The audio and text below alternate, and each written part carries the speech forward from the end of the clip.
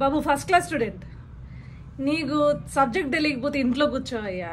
ఎందుకట్లా నేషనల్ మీడియాకి వెళ్ళి ఆ ట్రోల్ స్టఫ్ ఇచ్చి రాష్ట్ర పరువుని తీస్తావు?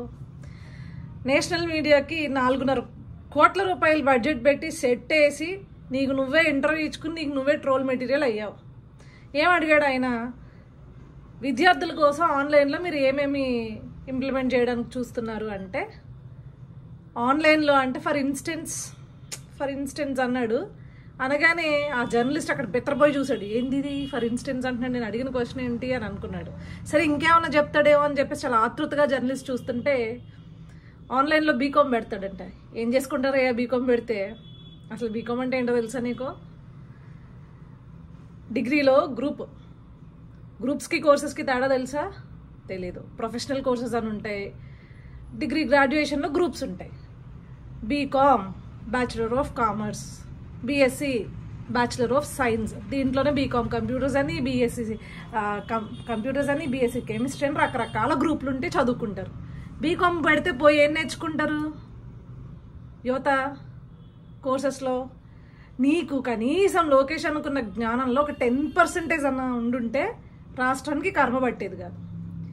ఇంత దారుణంగా నవ్వుల పాలు అయ్యేవాళ్ళం కాదు. నువ్వు అక్కడ నవ్వుల పాలు అవుతుంటే జగన్మోహన్ రెడ్డి నవ్వుల పాలు అవుతారు అని అనరు. ఎందుకంటే నువ్వేదో పెద్ద దేశానికి తెలిసిన సెలబ్రిటీ కాదు కదా. ఆంధ్ర రాష్ట్ర ముఖ్యమంత్రి అని చెప్పేసి నవ్వుకుంటారు ఇట్లాంటివన్నీ మాట్లాడితే. బీకామ్ పెడతావా ఆన్లైన్ కోర్సెస్లో? నువ్వు ఏం చెప్పాలనుకున్నావు, ఏం చేసావు? మళ్ళీ ఆంబోత్లా అరిచావు అసెంబ్లీలో. డిగ్రీలో ఫస్ట్ క్లాస్ స్టూడెంట్, ఇంటర్లో ఫస్ట్ క్లాస్ స్టూడెంట్, 10th క్లాస్లో ఫస్ట్ క్లాస్ స్టూడెంట్ అని. డిగ్రీలో ఫస్ట్ క్లాస్ స్టూడెంట్ అన్నావుగా, మరి డిగ్రీలో గ్రూప్స్ తెలీదా నీకు?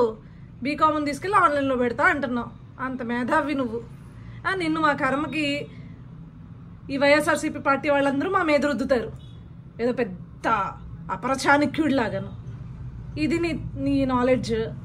నువ్వు మళ్ళీ సింహము, సింగిల్, సింతకాయ.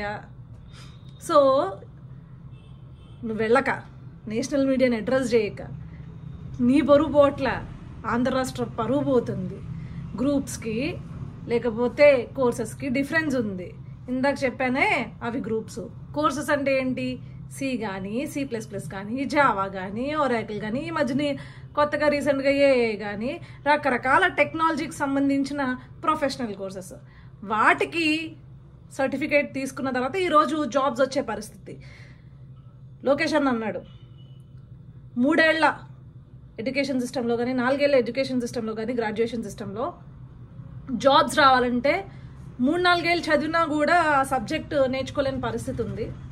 బయటకు వెళ్ళి కోర్సెస్ తీసుకుని దాంట్లో ఒక సర్టిఫికేట్ వచ్చిన తర్వాతే జాబ్స్ అనేవి వస్తున్నాయి. కాబట్టి మనం టోటల్ ఎడ్యుకేషన్ సిస్టమ్ని ఒకసారి రివైవ్ చేయాలి, దాంట్లో మార్పులు చేర్పులు చేయాలి, చాలా ఇంప్లిమెంటేషన్ చేయాలి, వాటిల్లో కొత్త టెక్నాలజీస్ని తీసుకురావాలి అని చెప్పేసి ఆయన చెప్పడం జరిగింది. ఆ రోజు న్యూట్రల్ ఓటర్స్ కూడా హ్యాట్స్ ఆఫ్ అన్నారు లోకేష్ అన్న తీసుకున్న నిర్ణయానికి. చాలామంది విద్యార్థులు కూడా ఎస్ ఇది కరెక్ట్ అని చెప్పి భావించారు.